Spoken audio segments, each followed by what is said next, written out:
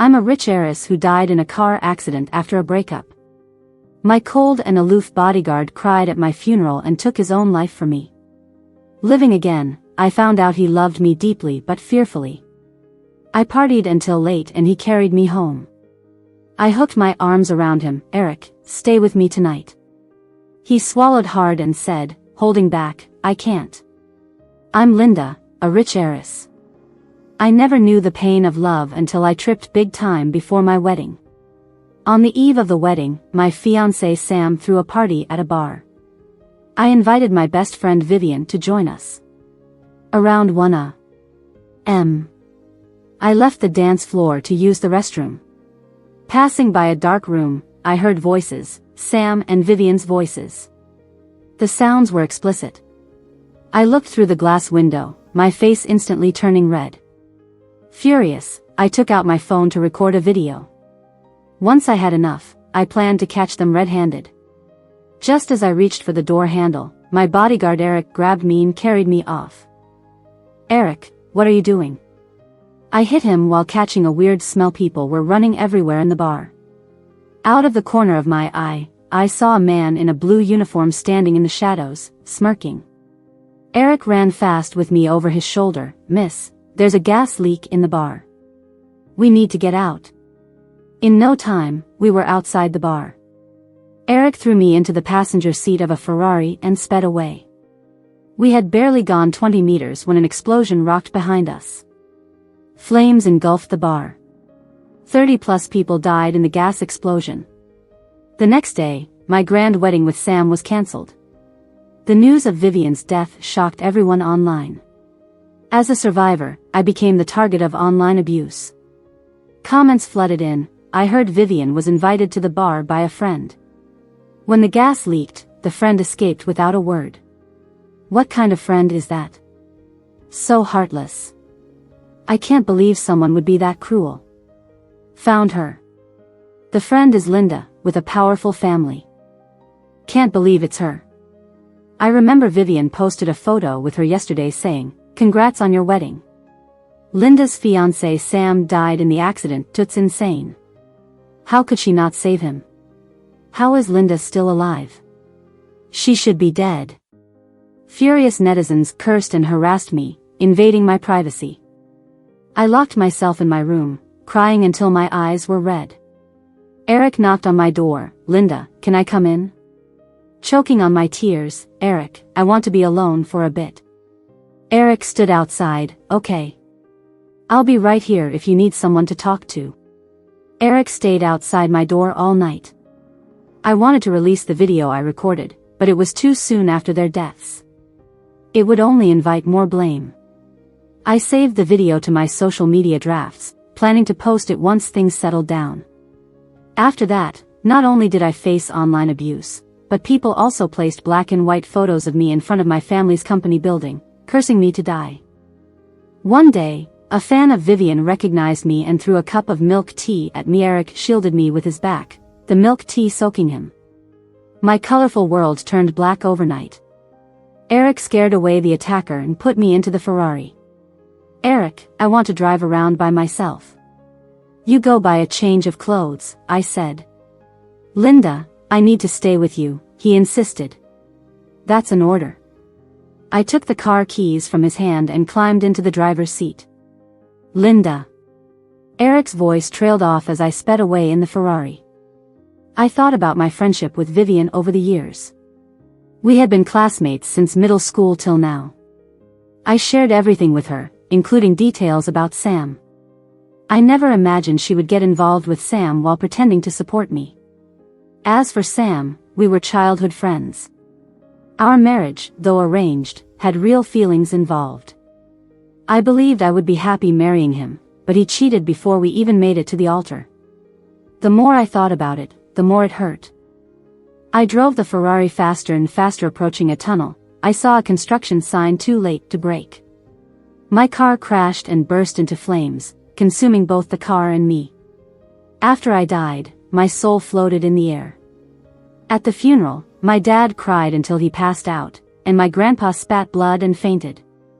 My mom had passed away years ago from illness, and my dad never remarried. Grandpa and Dad spoiled me the most. The biggest surprise was Eric. In a corner, he smashed his fist on the ground until his hands bled. Eric's father used to be my dad's bodyguard and died saving him during an incident. After Eric's father died, my dad hired Eric to be my personal bodyguard. He's been protecting me for 10 years. Under his watch, I never even had a scratch. But now, I died from speeding, and he felt immensely guilty. After the funeral, Eric drove overnight to a beach I often visited. Eric was tall and handsome, usually very reserved. He rarely showed his emotions to me. He seemed like a robot following me, towering and stoic, really good at hiding his feelings, but now, he looked so lonely and fragile, like the sea breeze could knock him over. His eyes were bloodshot, and his usually composed face couldn't hide his deep emotions anymore. Eric took out his phone and easily hacked my social media account. He found the video I had saved in the drafts and hit send without hesitation. I didn't expect Eric to have such skills, cracking my account so effortlessly and surprising me. Once the explicit video was out, the online chatter shifted immediately. People who used to curse and slander me, filled with vile language, began apologizing, expressing their remorse. Vivien and Sam's reputations went up in smoke. I thought Eric would leave after some time by the sea, but to my surprise, he walked towards the water with a death wish. "Eric, what are you doing? Come back." I yelled, but my voice didn't come out, and he couldn't hear me. The nighttime sea swallowed his chest as he whispered, "Linda, Eric's here to join you." The waves rolled in, and his figure disappeared beneath the surface.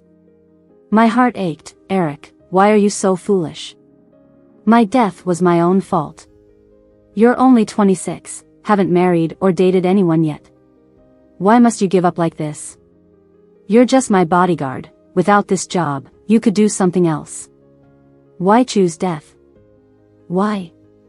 When I opened my eyes again, I was back on the night before my engagement to Sam. Still half a year before our wedding and the incident at the bar. Tonight, I reserved the bar to celebrate the completion of Vivien's new movie. In the bar, after Vivien and I drank too much, she asked, "Linda, why don't you let me meet your fiancé? You two are getting engaged tomorrow, and I haven't seen him yet." In the past life, I called Sam over at Vivien's urging. After the party, Eric took me home while I let Sam send Vivien back. If I'm not mistaken, tonight is when he and Vivien got involved. "Sure, I'll call him over, you keep drinking," I said. Stepping out of the room, I pulled out my phone and made a call. Leaning against the hallway wall, I lit a cigarette. After one puff, Eric came over. "Linda, smoke less." In our past life, whenever Eric told me to smoke or drink less, I always found him annoying. But after dying once, my attitude had changed. I took another puff and then handed the cigarette to him with a sly smile. "Then help me finish this?" "Linda, you know I don't smoke," Eric said, taking the cigarette from me without actually smoking it. Indeed, he never touched cigarettes or alcohol, and he didn't indulge in other typical male hobbies. "You don't smoke, so I'll have to finish it myself," I said, trying to take the cigarette back, but he held my hand and took a deep drag instead. His face remained stern, but the tips of his ears turned red. Was he thinking about how I had taken 2 puffs from the cigarette earlier? I chuckled, watching him awkwardly finish it. "I'm going back to drink more," I announced and returned to the private room to continue drinking and dancing with Vivien and friends. Vivien was getting drunk, repeatedly asking, "Linda, why hasn't your boyfriend come to pick you up yet?" "He should be here soon," I replied. Eric, seeing that I was already drunk, strode over and hoisted me onto his shoulder, leaving the bar. "Linda, no more drinking. I'm taking you home." This was Eric's routine. Almost every time I went to a bar, I'd end up drunk and being carried home by him. He was incredibly strong, carrying me as if I were a doll. He placed me in his Ferrari and sped off. At my villa, Eric switched to a Princess Carrie, gently laying me on my bed. "Linda, do you want to take a bath? I can run the water for you." I grabbed his hand and pulled him down into my embrace, whispering in his ear, "Eric, stay with me tonight." His ears turned visibly red as he propped himself up, swallowed hard, and said, "Linda, I can't. I knew I'd moved him with just a word, a gesture. It turned out he had always been cautiously in love with me, which explained why he had chosen to die in my past life. The midnight sea must have been chilling. Thinking back on how I had treated him over the years brought tears to my eyes. "Eric, hold me, I'm cold," I said. Panicked, he obediently wrapped me in his arms. I held him tightly, lightly tracing my lips along his Adam's apple. His body trembled, and in a hoarse voice, he said, "Linda, don't do this. I'm not very good at resisting you." I stopped and told him, "Eric, if you like something, go for it. How will you know it's not possible unless you try?" Eric's eyes showed a struggle, and he sighed, "Linda, you're like the moon in the sky, and I'm the dust on the ground. There's a vast difference between us." I knew he meant he wasn't worthy of me. My father always believed in being well-matched, and both Eric and I grew up surrounded by this belief. If it weren't for the accidents in my past life, I would have also thought I'd marry someone of equal status. I whispered, "Dust can rise to the sky, and the moonlight shines on the ground, doesn't it?" I saw a spark in Eric's eyes, like my words had inspired him. But then, his gaze dimmed. He probably remembered that tomorrow was my engagement party with Sam. He thought it was too late, but it wasn't late at all. "Go run the water for me," I said softly. "Okay," he replied, getting up to prepare the bath. The next day at noon was my engagement party with Sam. This time, it was held at his family's 5-star hotel, inviting only our parents and close relatives. In the past life, Sam and I got engaged today and planned to marry 3 months later. At the start of the engagement, I stood up and said, "Uncle, Aunt, I'm sorry. I don't want to get engaged to Sam. Marriage is a big deal, and I need to think it over carefully." The relatives were stunned, and Sam's face changed. "Linda, we've known each other since we were kids. What else do you need to consider?" True, Sam and I had grown up together and knew each other well. Our relationship was one of childhood sweethearts. Our families were equally matched, making us a perfect pair, seemingly destined for each other. I shouldn't have hesitated. In my previous life, it was because I was too confident and trusted too much that it hit me hard. My dad got stern and said, "Linda, stop fooling around and take back what you just said." I shook my head, "Dad, I wasn't joking, and I don't want to take back what I said." I then turned to Sam and said, "Sam, let me think about it some more. You should seriously consider if I'm really the person you want to marry. Don't get engaged just for the sake of it."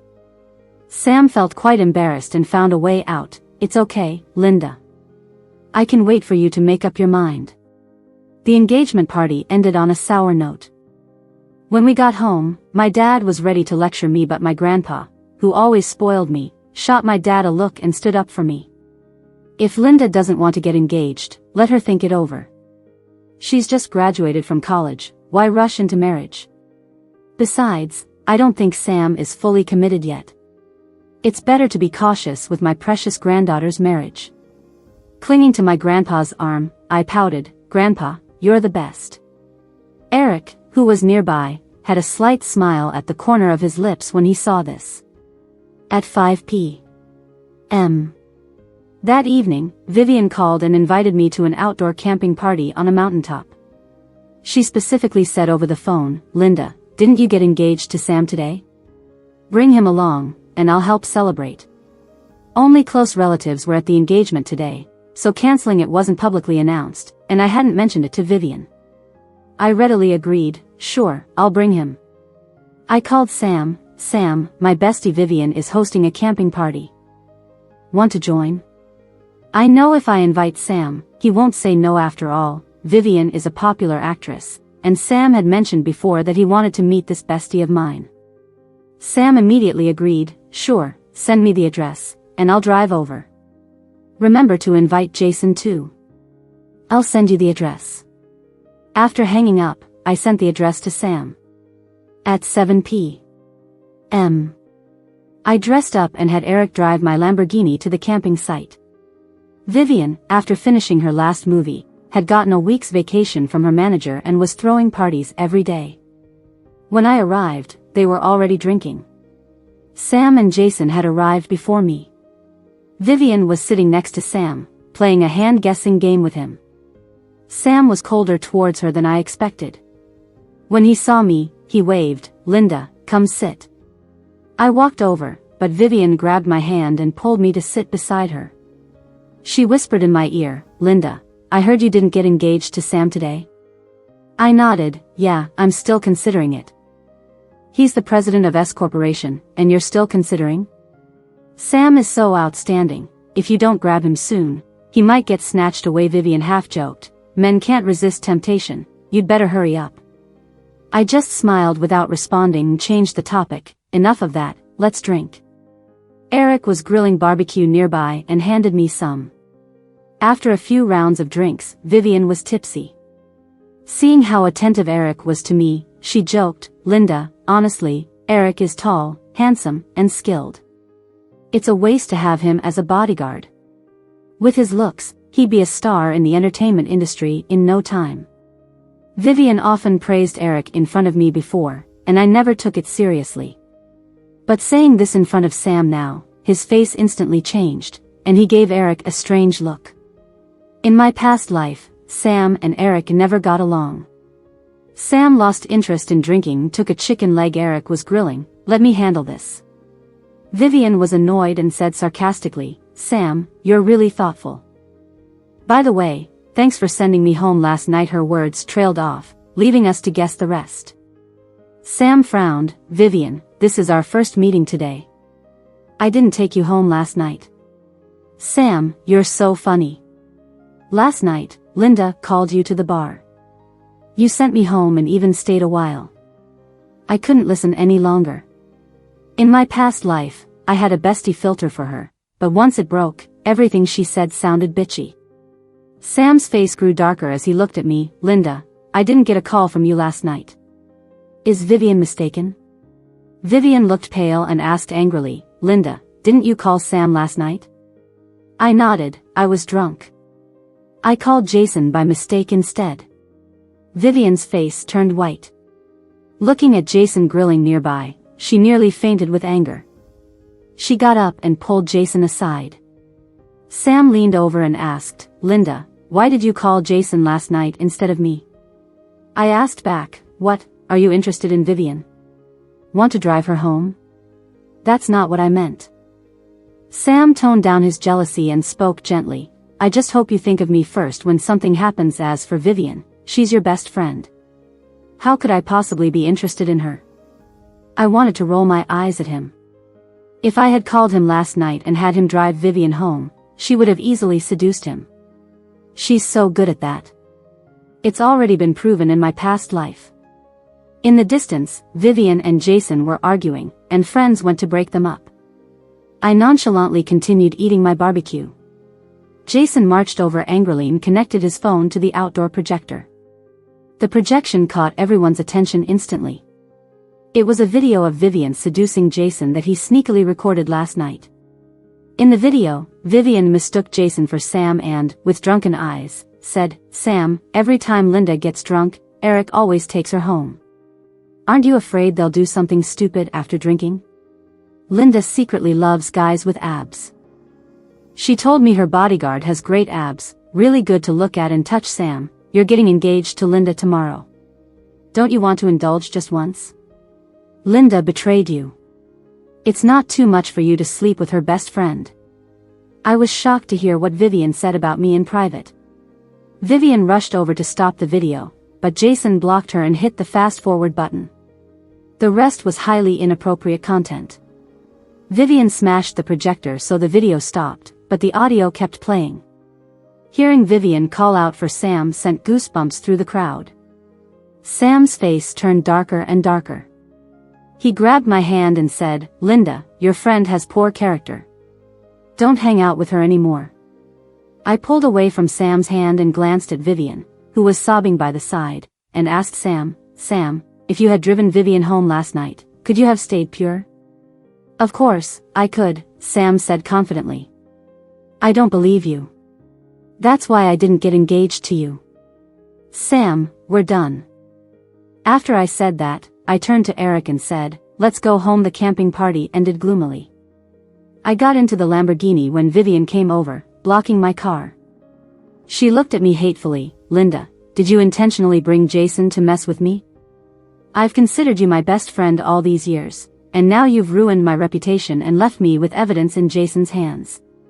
How could you be so heartless to me? Since everything was out in the open, there was no need to hold back. Ruin your reputation? Vivien, who made the first move, you or Jason? The video makes it pretty clear. You call me heartless? Look at what nonsense you said last night. You knew Sam was getting engaged to me but still wanted to indulge with him. Don't insult the term friendship. After I finished speaking, I ordered Eric to drive. The car sped down the mountain roads, and Sam's car followed right behind me.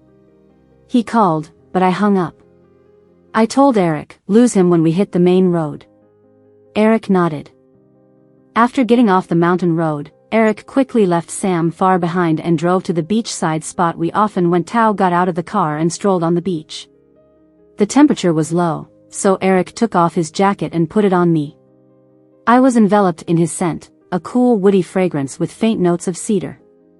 I had bought him this cologne 2 years ago at an airport abroad. He used it occasionally, sparingly, as if he didn't want to finish it too quickly. Standing by the seaside, I asked Eric, what would make someone choose to drown themselves? He was taken aback, then replied, probably when they're heartbroken beyond measure and have no attachment to the world. Linda, why are you asking this all of a sudden? It turned out that after my death in the past life, Eric had no attachment to this world either. I slipped my hand into Eric's palm, stepped forward, and hugged his waist, saying with deep sincerity, Eric, be my boyfriend.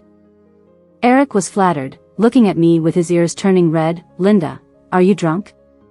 I tilted my head up to meet his chiseled face. I'm not drunk. Am I not allowed to like you? Eric pulled me close and asked in a low voice, you've seemed like a different person these past 2 days. Did something happen to you? Yes, something huge happened.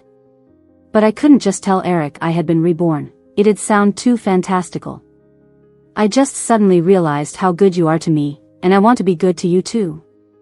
I finished and gave him a quick peck on the corner of his lips. Eric, if you like me, just respond. I felt his hands tighten around me, pulling me closer.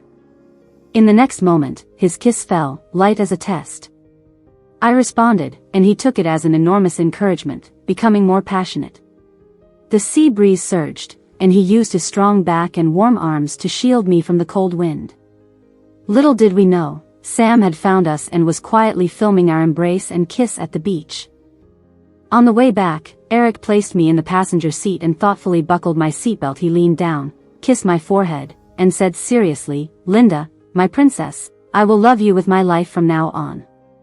The next day, my dad called me to his study.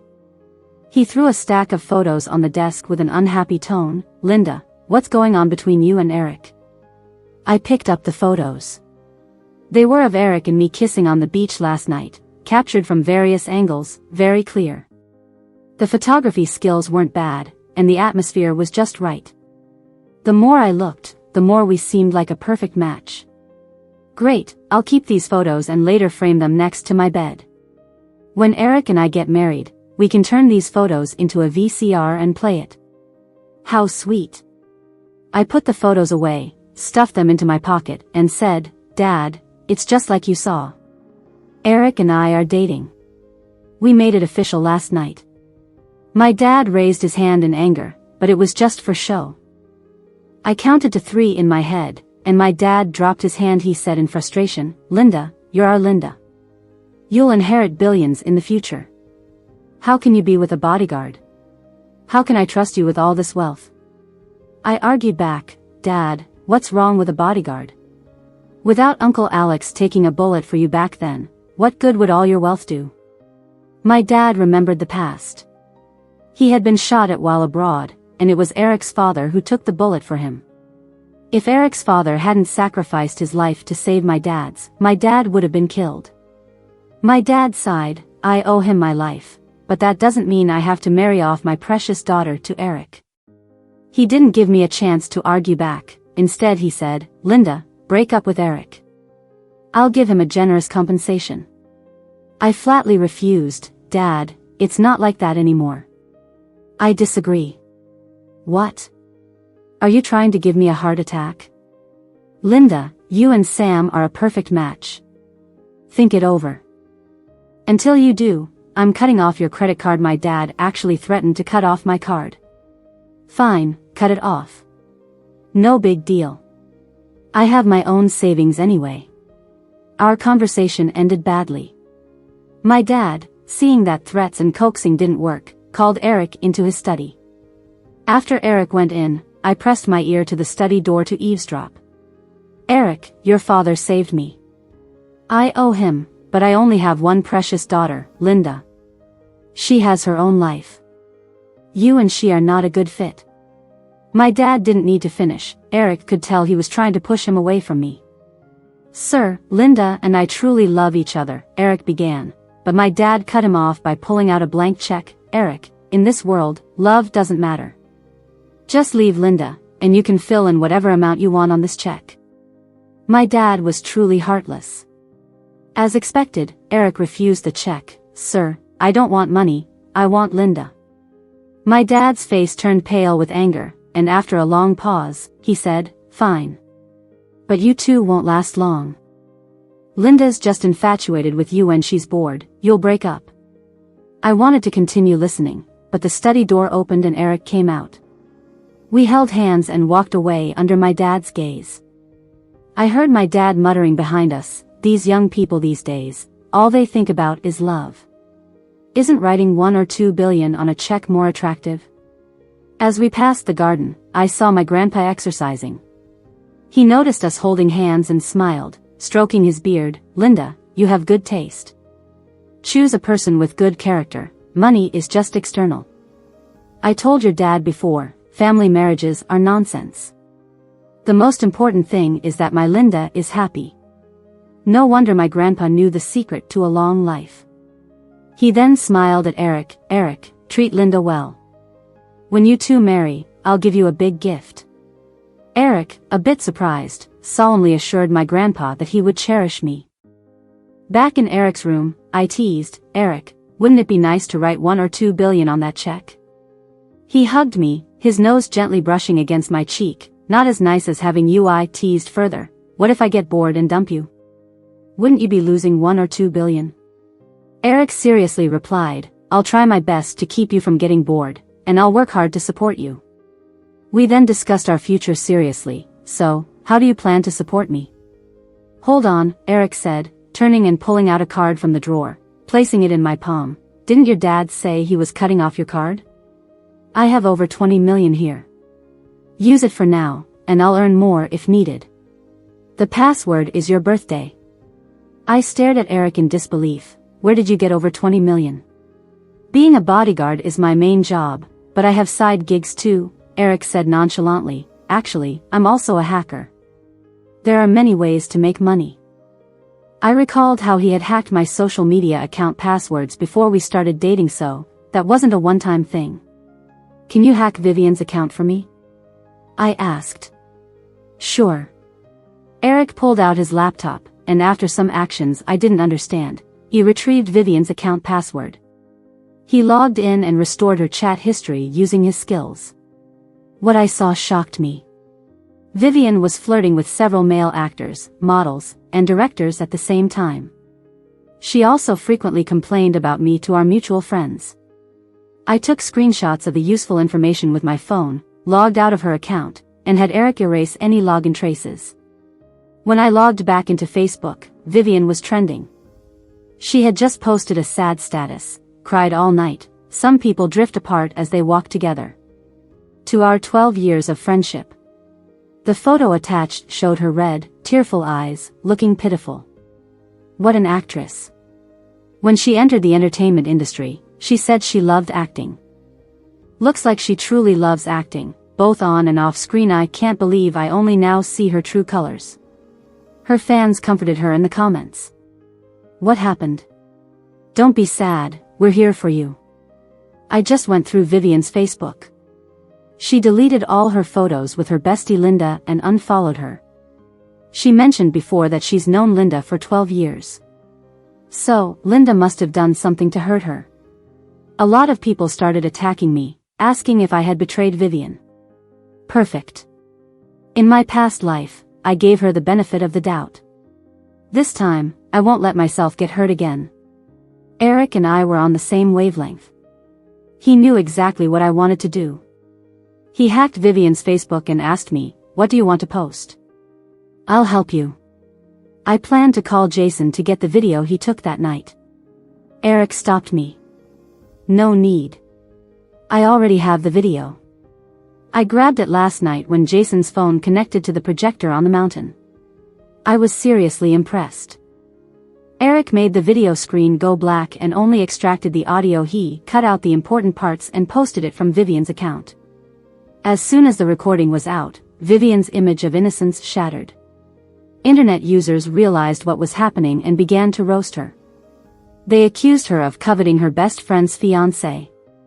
They were all over her, calling her out for being two-faced. After scanning the comments for a bit, my phone rang. It was Vivien calling. Her voice was shaking with anger. "Linda, did you get someone to hack my account? Do you know that posting that recording can ruin my career? Vivien, don't make baseless accusations. If I had hacked your account, I would have posted the video, not just the audio. Playing word games, who can't?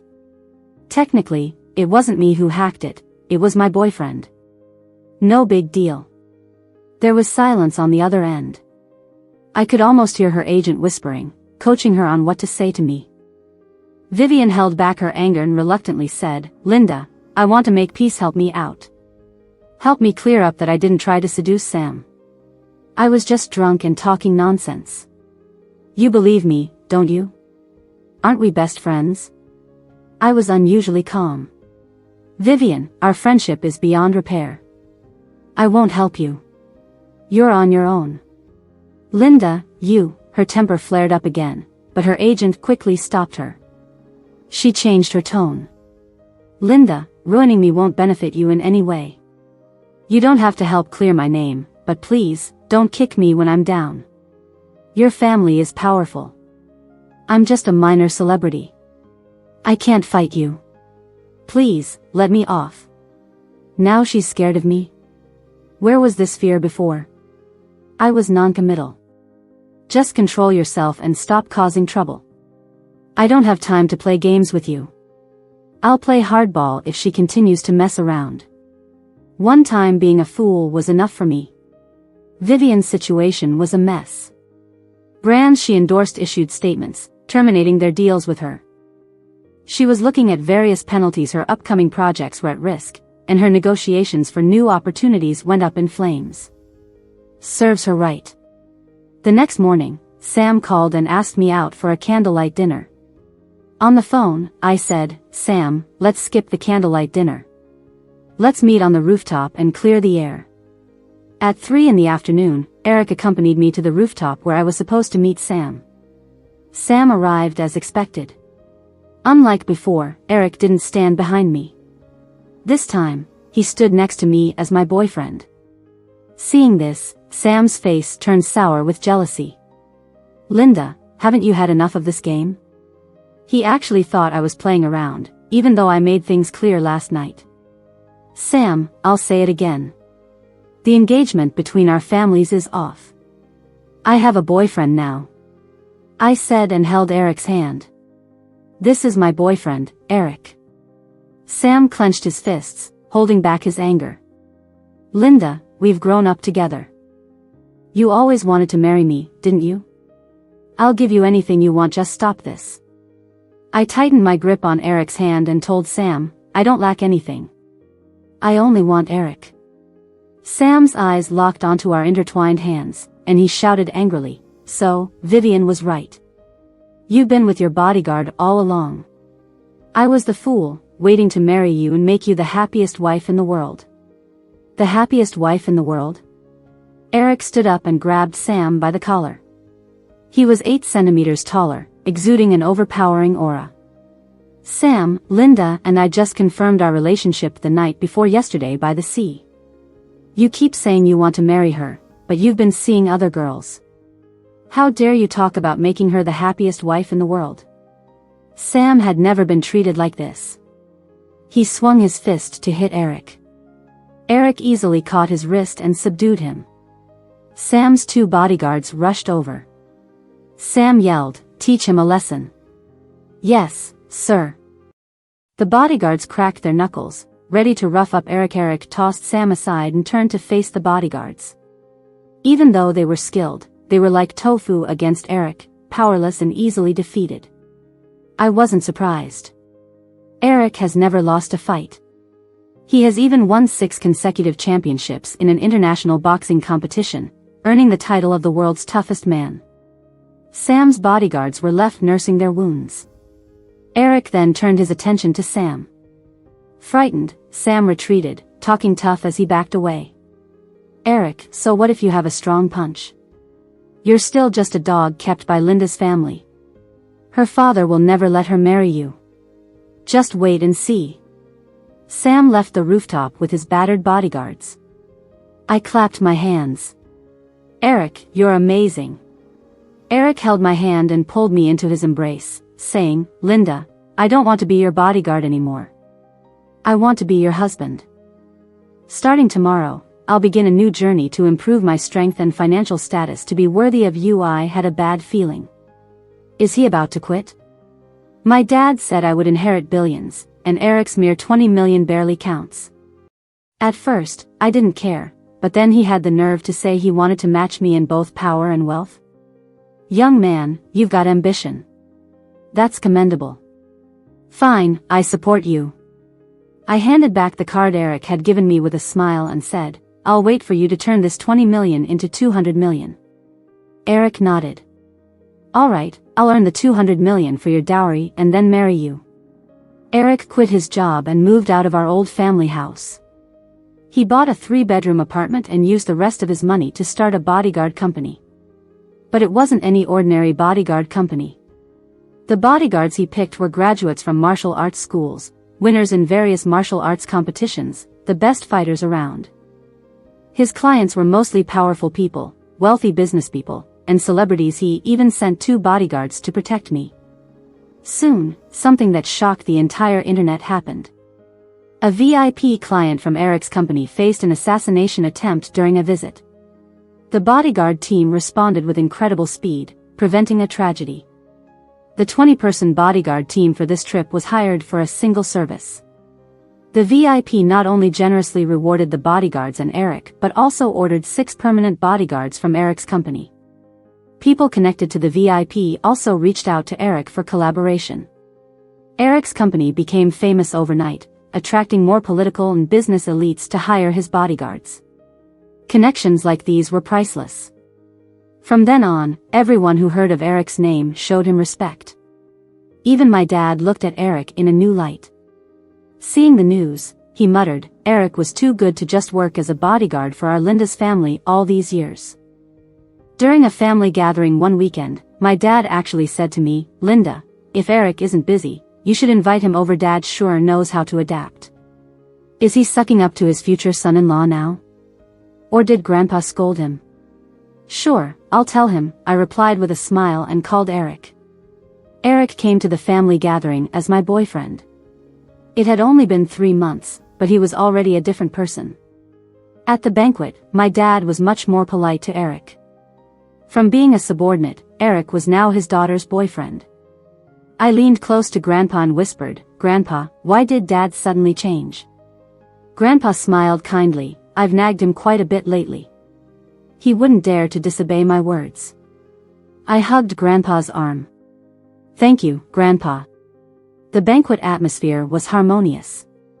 My dad announced that I would slowly start taking over some company business.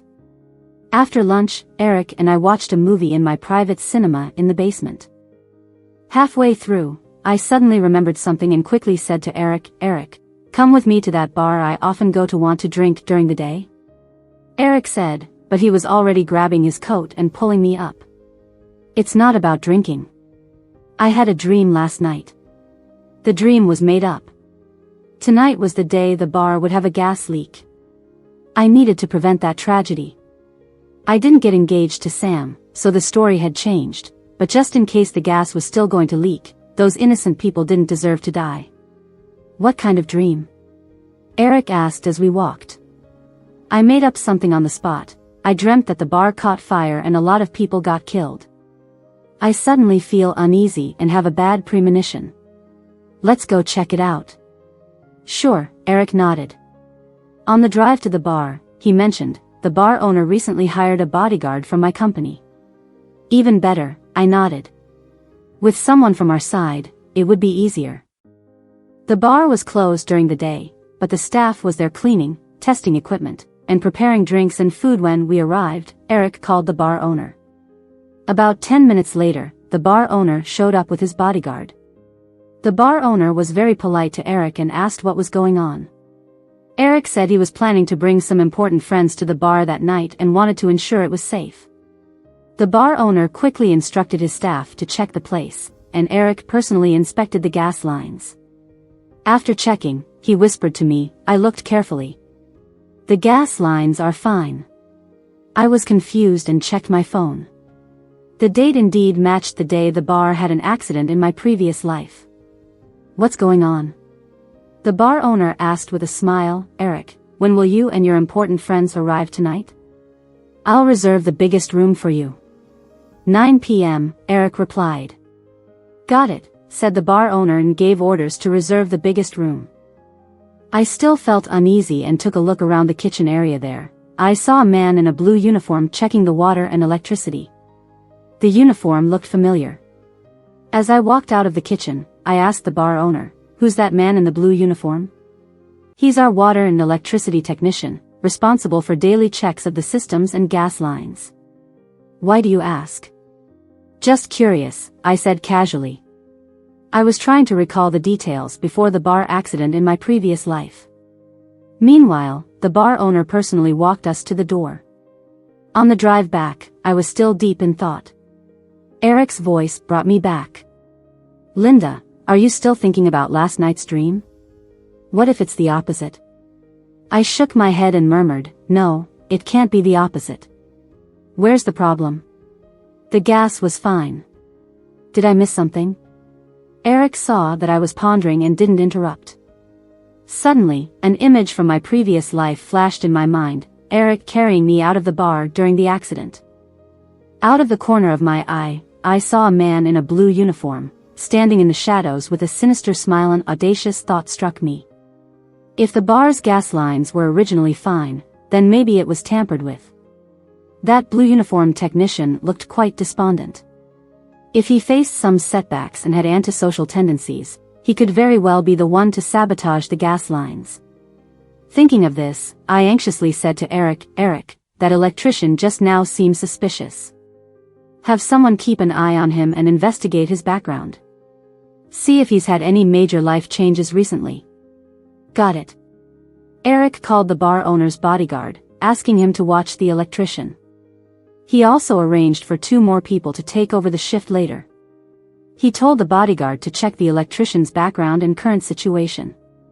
Half an hour later, the bodyguard called Eric back. The electrician's name is Leo. His wife ran off with another man half a month ago. He lost a lot of money gambling, and debt collectors have been hounding him. Eric put him on speaker, and I immediately knew I was right. In my past life, it was this electrician who caused that bar accident, and he died in it too. He couldn't handle his own issues and dragged innocent people into it. I asked Eric, can we detain him now? Eric, sensing my concern, analyzed, catching him without evidence might alert him. If he wants revenge on society, he might try again even if we thwart him now. My team is on him. Any suspicious move, they'll grab him. Don't worry. I nodded, keep a tight watch. We'll act tonight. At 9 p.m., Eric and I went to the bar. He brought along a bodyguard to pose as an important friend. We waited in a private room for the right moment. Around 11 p.m., during the bar's peak hour, the electrician, Leo, was in the kitchen corner with a knife, ready to cut the gas line. The observing bodyguards rushed in and wrestled the knife away from him, pinning him down. The kitchen became chaotic. Leo had another knife tucked in his waistband, freed himself, and took a dishwashing lady hostage. Eric and I started evacuating the bar patrons. Leo, holding the dishwashing lady, moved towards the corridor. The dishwashing lady, teeth chattering, pleaded, "I've treated you well. Please don't do this. I have a family to take care of." Maybe because she had been kind to him, Leo changed his mind. He pushed her away and sprinted down the corridor. He thought he could escape through the door at the end, but Eric had ordered it locked beforehand. With no other option, Leo forced his way into a private room and locked the door. The police arrived, surrounding the room, shouting, "Come out and surrender." Suddenly, screams came from inside. The police looked through the window and shouted in shock, "No! There are 2 hostages inside." Leo, knowing he had no way out, started stabbing wildly. The police were prying the door open. I heard familiar voices from the room. Vivien cried, "Please don't kill me. I'll give you any amount of money you want." Sam's voice trembled, "I'm the CEO of S Group. I'll pay you $1 million, no, $2 million. You think I can spend that money now? You two like cheating in bars so much, I'll send you to hell together." Leo lost his mind, stabbing randomly. "Let's go, stop watching." Eric carried me out of the bar. I sat in the passenger seat of his Ferrari as he sped away. I lit a cigarette to calm my nerves and told Eric, "Let's go to the beach. I need fresh air." "All right." Eric drove us to the beach. Once the car stopped, we walked side by side on the sand. Eric got a call from his team, saying Leo had been subdued. Sam and Vivien, who were cheating in the private room, died from excessive blood loss. Everyone else was safely evacuated. Hearing this, I thought they deserved it. Before this, I hadn't expected Sam and Vivien to hook up again, at the same time and place, ignoring the chaos outside. As the cold seawater touched my calves, Eric held my hand, pulling me close. "Linda, don't go too far. You can talk to me about anything." I pressed my face against his chest. In the past, when I was hurting, Eric stood outside my door all night, yet I never confided in him. This time, I decided to share my thoughts with him. "Eric, we've both died once. I died in a car crash, and you drowned yourself after I died. Sam and Vivien died in the gas explosion at the bar." Sounds like a fairy tale, but Eric believed it. He hugged me tighter, kissing my hair gently. "Linda, since we're given another chance, let's cherish each other." "All right." I nodded. Under a sky full of stars, with the sea breeze singing in our ears. Later, Eric's bodyguard company flourished, and he also founded a cybersecurity firm, leveraging his hacker skills to generate even more wealth. My dad fully accepted Eric as his future son-in-law. During gatherings with his rich friends, my dad often bragged about him, saying the family background wasn't as important as character and how well he treated me, his daughter, like a princess. Looks like my grandpa gave him quite a few lessons. Grandpa, who still exercises daily, often talks about wanting a grandchild for him to take care of. After taking over the family business, I devoted myself to learning management and achieved notable success. My dad praised me, saying having a daughter is not worse than having a son.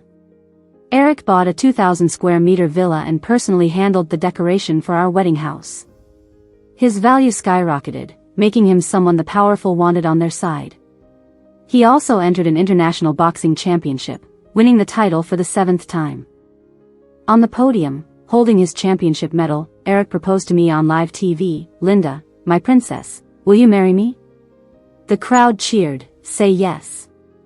I stood up, walked to the stage, and hugged Eric tightly. "Yes, I'll marry you." Eric proposed with a giant diamond ring, his 7 championship medals, a $2 billion dowry, and his unwavering love for me. I joyfully accepted. A year later, we had a grand wedding witnessed by our friends and family. After the reception, he carried me to our new home, gently laying me on the bed. I happily wrapped my arms around his neck, smiling, "Eric, can you sleep with me tonight?" No longer holding back, he kissed me eagerly. "Honey, I've waited for this day for so long."